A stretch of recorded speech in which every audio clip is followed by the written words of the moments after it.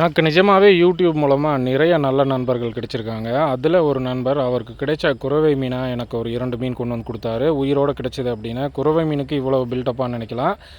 நான் இருக்கிற பகுதிகளில் குறவை மீன் அதிகமாக கிடையாது சொல்லணும்னா.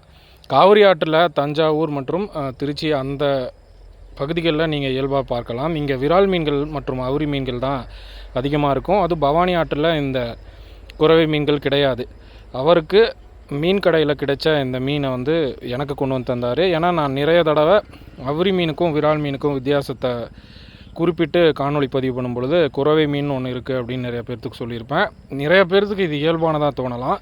எனக்கு நான் நேரில் பார்க்குறது இதுதான் முதல் முறை. அதுலேயும் ஒரு மீனுக்கு அடிபட்டு இருந்தது. இருந்தாலும் இவற்றுக்கு அடிபட்டு சரியாகிறதுங்கிறது இயல்பு. வலையில் மாற்ற மீனுக்கு அடிபடும்.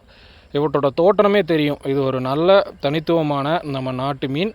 மலபார் ஸ்னேக்குன்னு அழைக்கப்படுற கேரளாவில் கிடைக்கிற அந்த மீனோட தோற்றம் கூட இதில் இருக்கும். முக்கியமாக அதனோட வாலில் இருக்கிற நிறம் கூட நல்லாவே தெரியும். சிறிதளவு கருவாடை உணவாக வச்சுருக்கான். பார்க்கலாம் எடுக்குதான்னு.